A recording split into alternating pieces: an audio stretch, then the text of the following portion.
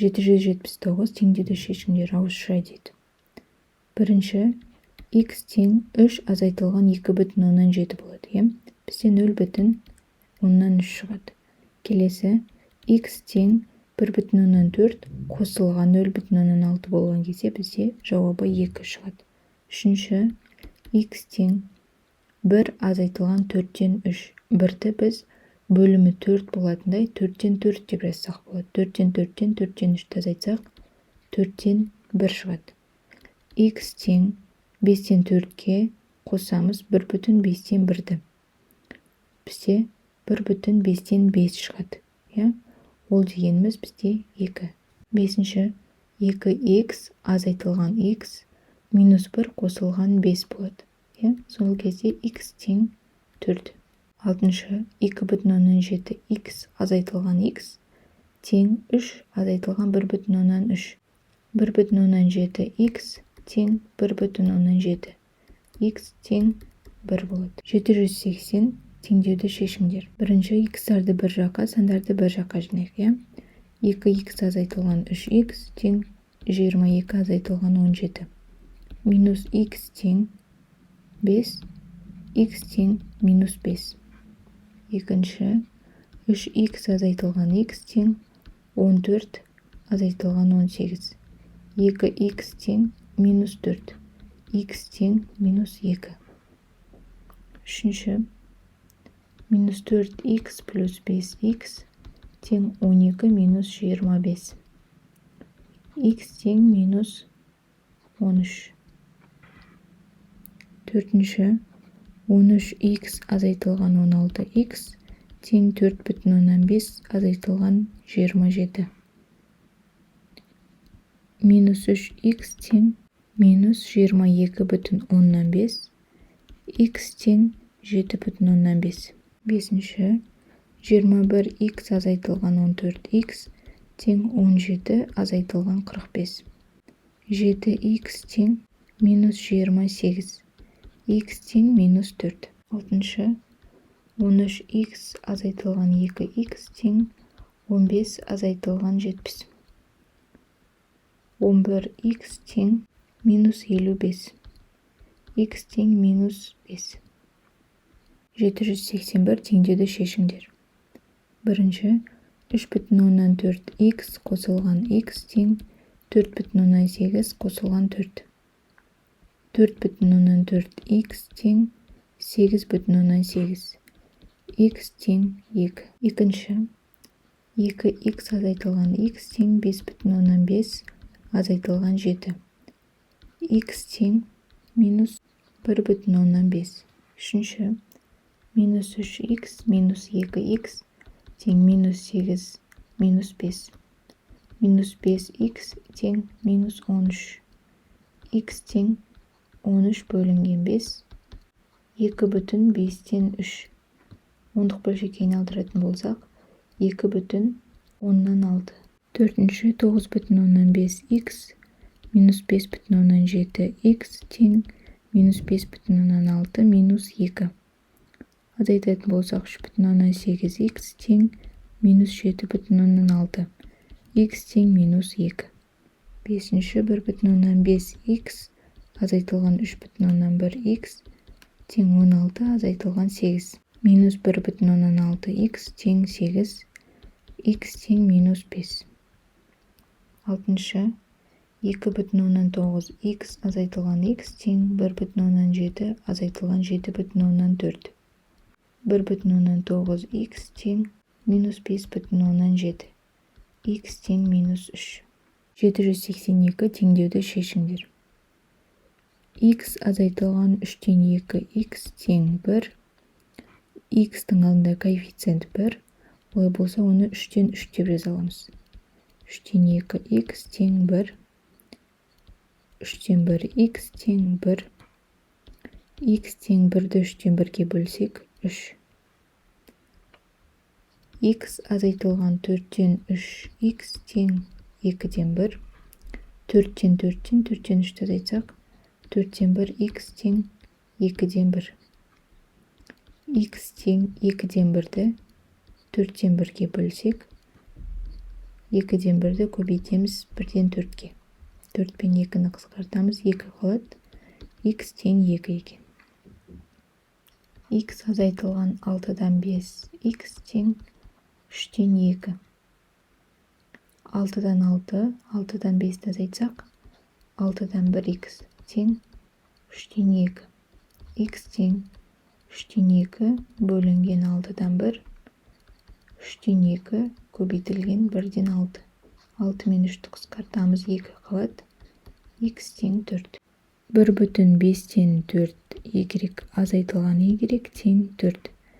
Мұнда 1 мына жерде де 1 азайтсақ бізде 5-тен 4 y қалады тең 4.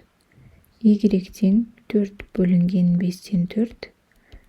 4 көбейтілген 4-тен 5. Y тең 4 пен 4 қысқарады, жауабы 5.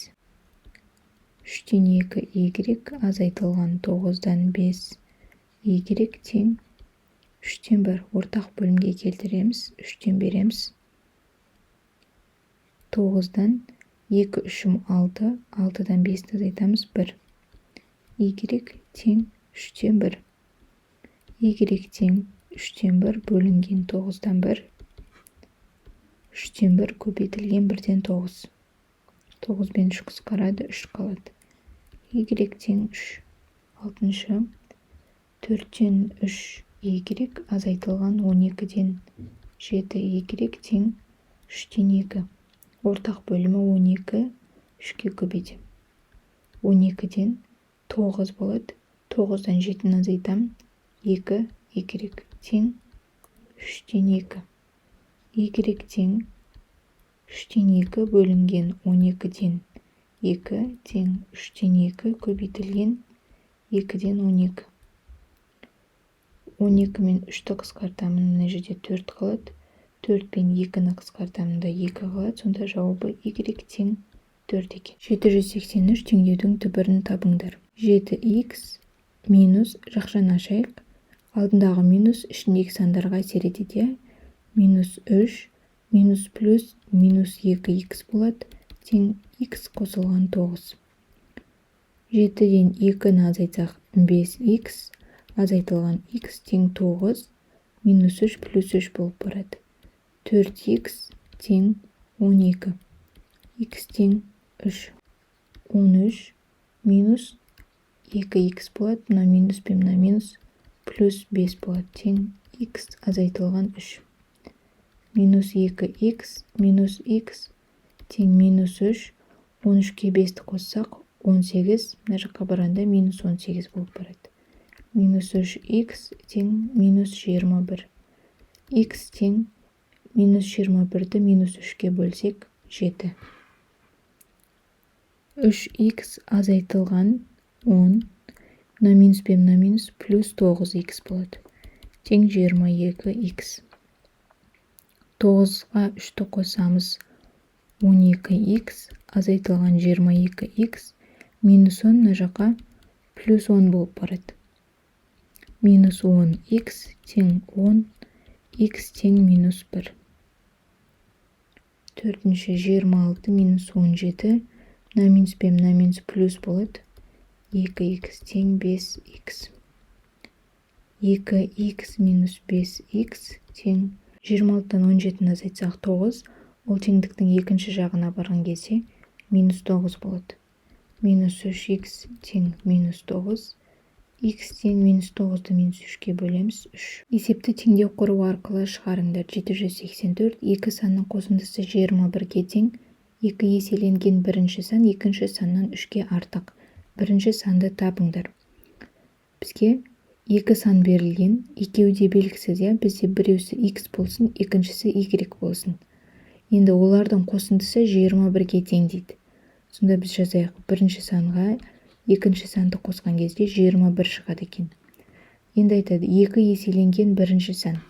Бірінші санды 2х деп жазайық. Екінші саннан 3-ке артық дейді. Яғни тең y қосылған 3 деп жазам. Бізде 2 түрлі теңдеу шықты, Енді осы теңдеуді біріктіріп, біз бір теңдеу жасайық.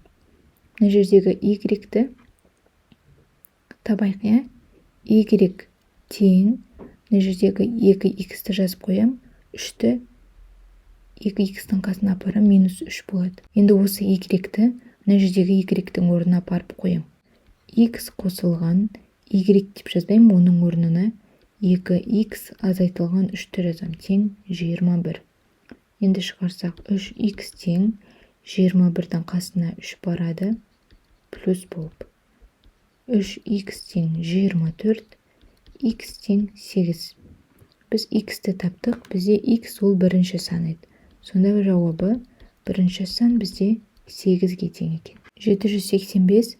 Бірінші бассейнде 1600 метр куб, екінші бассейнде 1215 метр куб су бар. Бірінші бассейнді тазарту үшін одан сағатына 65 метр куб су насоспен сыртқа ағызылды. Екінші бассейнге сағатына 45 метр куб су насоспен құйылды. Екі насос жұмыстарын бір уақытта бастаса, неше сағаттан соң екі бассейндегі су көлемі теңеседі. Мына жақта бірінші деп қойық, мынаны екінші деп қойық. Бірінші бассейнде 1600 метр куб су бар. Екінші бассейнде 1215 метр куб су бар. Енді бірінші бассейннен сыртқа қарай су ағызылып жатыр. Яғни біз азайтамыз. 65, бір сағатта 65 болса, біз қанша сағатта ағызып бітіретінін білмейміз, 65х деп қойық. Тең 1215, бұл бізде керісінше су құйылып жатыр. 45-ті қосамыз және 45х дейміз, себебі екеуісінің жұмысы бір уақытта басталады және қай уақытта теңеседі дейді. Сол себептен екеуіне тең деп қойдық. Енді теңдеуді шешеміз. Мына жерде -65х, 45-ті қасына алып келем, -45х тең 1215 азайтылған 1600. -110х тең -385. Х тең 3,5. Яғни жауабы 3,5 сағаттан кейін олардың көлемі теңеседі. 786. 6 А сыныбындағы оқушылар саны 6 В сыныбындағы оқушылар санынан 25%-ке артық. 3 оқушыны 6 А сыныбынан 6 В сыныбына ауыстырғанда, екі сыныптағы оқушылар сандары теңесті. Алғашқыда сыныптардың әр қайсысында неше оқушыдан болды? 6 А сыныбы болсын, 6 В сыныбы болсын. 6 В сыныбында 100% оқушы. Ал 6 Ада одан 25% көп. Сонда 125%. Енді оларды ондық бөлшекпен жазайық. 100% дегеніміз ол 1. Олай болса 6 В сыныбында бізде X оқушы бар, біз білмейміз қанша оқушы екен. Ал 6 Ада ондық бөлшекпен 1,125 болады. Сонда 1,125х деп жазам. 6 Адан 3 оқушыны алып 6 В-ға барып қойған кезде бізде екі сыныптың оқушылары теңеседі дейді. Енді осы теңдеуді шығарайық. 1,125х азайтылған х тең 3 қосылған 3. 0,125х тең 6. Х тең 6 бөлінген 0,125, 6 бөлінген 125, 25 пен 100-ті 25-ке қысқартайық, мұнда 4, мұнда 1. Сонда 6 көбейтілген, мұнда 1, мұнда 4. 6 4-ім 24. Сонда біз 6 В сыныбында 24 оқушы бар екен таптық. Енді 6 А сыныбында 1,125х қой. Сонда 1,125-ті көбейтеміз 24-ге. 125, 25-ке қысқартсақ мұнда 5, мына жерде 4. Көбейтілген де 24. Сонда 4-тен 5-ті көбейтеміз 24-ке. 24 пен 4-ті қысқартамыз 6, мына жерде 30 екен. Сонда жауабы 6 А сыныбында бізде 30 оқушы, ал 6 В сыныбында 24 оқушы. 787. Екі пойыз А станциясынан бір-бірінен қарама-қарсы бағытта жүріп барады. А станциясынан бірінші пойыз 70,5 км, екінші пойыз 56,75 км қашықтықта. Бірінші пойыз 57 км сағат жылдамдықпен, екінші пойыз 62,5 км сағат жылдамдықпен жүрді.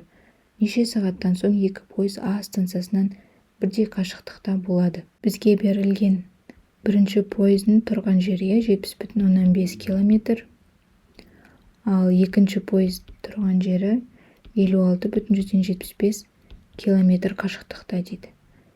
Бірінші пойыздың жылдамдығы 57 км сағат, екінші пойыздың жылдамдығы 62,5 км сағат. Неше сағаттан кейін дейді, яғни т-ны табамыз, Мынау А станциясы. Осы А станциясынан екеуі екі бағытқа қарай кетіп бара жатыр, екі пойыз. Бірінші пойыз 70,5 км қашықтықта А станциясынан, екінші пойыз 56,175 км қашықтықта. Енді осы екеусі не істейді дейді, қанша уақыттан кейін екеусінің ара қашықтығы теңеседі, яғни екеусінде де тең ара қашықтық болады. Бізде формула S тең V көбейтілген Т. Енді бізде мына жерде S1 дегеніміз 70,5 км, соны жазамыз. Одан кейін мына жердегі ара қашықтықты жүру үшін сонда S1-ге қосамын тағы да V1 көбейтілген Т-ны. Келесі, енді дәл осы сияқты S2-ні қосамын. Мына жердегі осы ара қашықтығында V2 көбейтілген Т. Осы екеуін теңестірсем, қазір мен Т-ны табым. S1 ол 70,5, қосамын V1 дегеніміз 57, көбейтілген Т тең S2 дегеніміз 56,175, қосылған V2 дегеніміз 62,5 көбейтілген Т. 57 Т-ны теңдіктің оң жағына апарайық, сонда 62,5 Т азайтылған 57 Т. Ал керісінше 56,175 Т теңдіктің сол жағына. 70,5 азайтылған 56,175. 5,5 Т тең 13,175. Т тең 2,5. Сонда жауабы 2,5 сағаттан кейін олар бірдей қашықтықта болады екен. Да В жауабы. 788. Жүзім сусынын құятын сыйымдылығы 2 литр және 3 литр банкалар бар. Егер сусынды 2 литрлік банкаларға құйса, 3 литрлік банкаларға құйғандағыға қарағанда 2 банка артық қажет болады. Дайындалған жүзім сусыны неше литр? Бізде барлық сусын белгісіз. Соны табу керек, оны X деп қояйық. Осы барлығын 2 литрлік банкілерге және 3 литрлік банкілерге бөліп құю керек. 3 литрлік банкілерге қарағанда 2 литрлік банкілерге тағы да 2 банка артық керек болады дейді. Олай болса, мен істеймін, сол артық банканы мына жаққа апарып қосамын. Сол кезде осы екеусін істеуге болады, теңестіруге болады. Енді теңдеуді шешейік. X азайтылған 2 азайтылған X бөлінген 3 тең 2-ге. Ортақ бөлімге келтіремін. Ортақ бөлімі 6-ды 3-тен берем, да 2-ден берем. 3X азайтылған 2X бөлімінде 6 тең 2. Енді 2-ның астында 1 бар. Олай болса, 3X азайтылған 2X бірге көбейттім. 6-2 12. X тең 12. Сонда бізде барлығы 12 литр сусын екен. Жауабы 12 литр. 789. Көгалдандыру үшін 2 көше бойына ағаштар отырғызылды.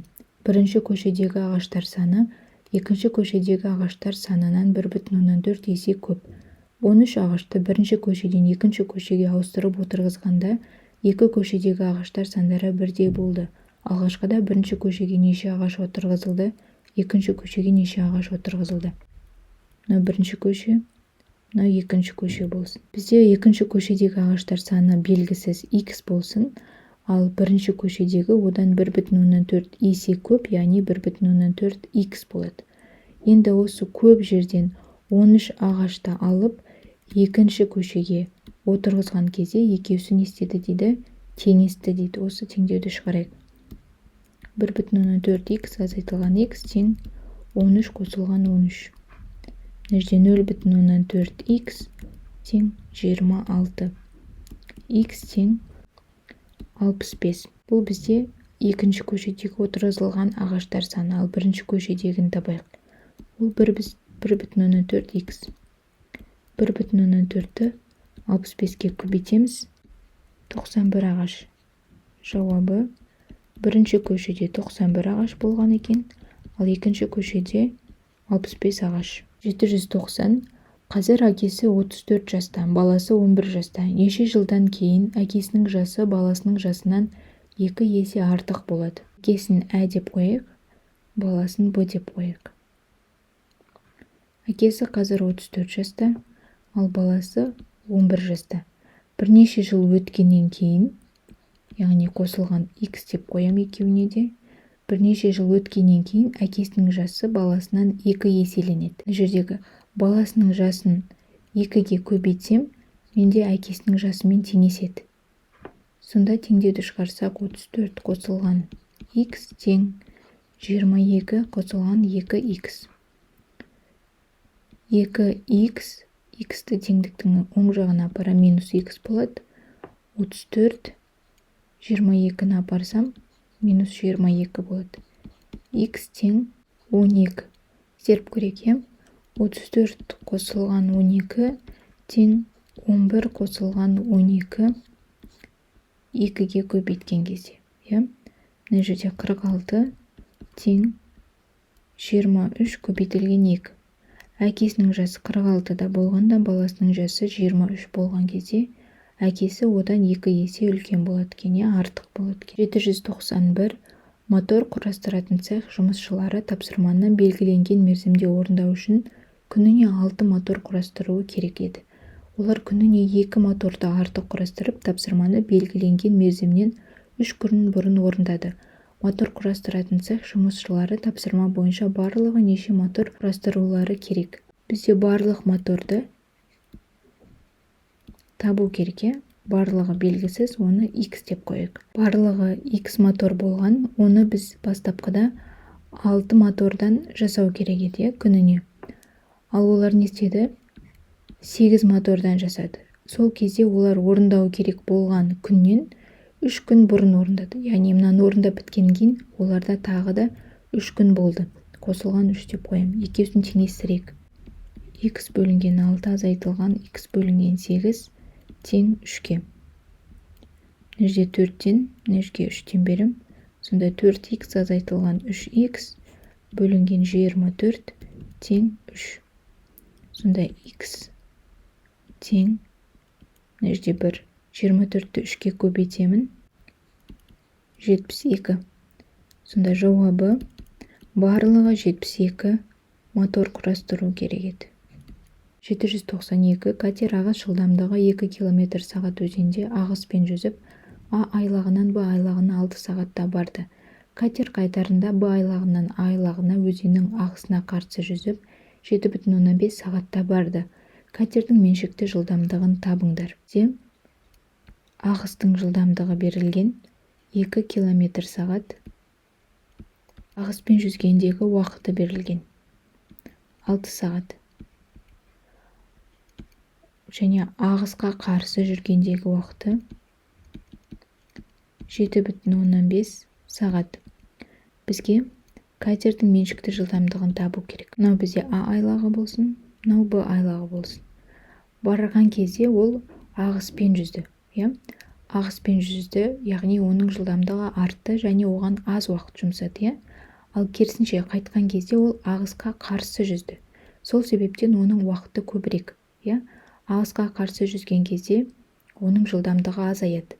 Енді біз S тең V көбейтілген Т деген формуланы қолданамыз. Осы жердегі S бізде екеуісінде де бірдей. Барған кезде А-дан В-ға барды, қайтқанда В-дан А-ға барды. Сол себептен V көбейтілген Т-ны қолданамыз. V дегеніміз барған кезде не болады? Барған кезде мотордың жылдамдығына, катердің жылдамдығына ағыстың жылдамдығы қосылады. Және ол Т ағыс. Ағыспен жүргендегі уақытты көбейтеміз. Енді қайтқан кезде айтқан кезде меншікті жылдамдығынан ағыстың жылдамдығын азайтамыз. Ағысқа қарсы жүргендегі уақытты көбейтеміз. Енді шығарайық. Меншікті жылдамдығы қосылған 2 көбейтілген 6 тең меншікті жылдамдығы азайтылған 2 көбейтілген 7,5. 6 В меншікті қосылған 6 2 12 тең 7,5 В меншікті азайтылған 15. Енді жинақтайық. 7,5 меншікті жылдамдықтан азайтамыз 6 меншікті жылдамдықты тең 12 қосылған 15. Мына жерде 1,5 меншікті жылдамдық тең мына жерде 27. 27-ні 1,5-ке бөлсек 18 км сағат. Сонда бізде катердің жылдамдығы 18 км сағатына екен.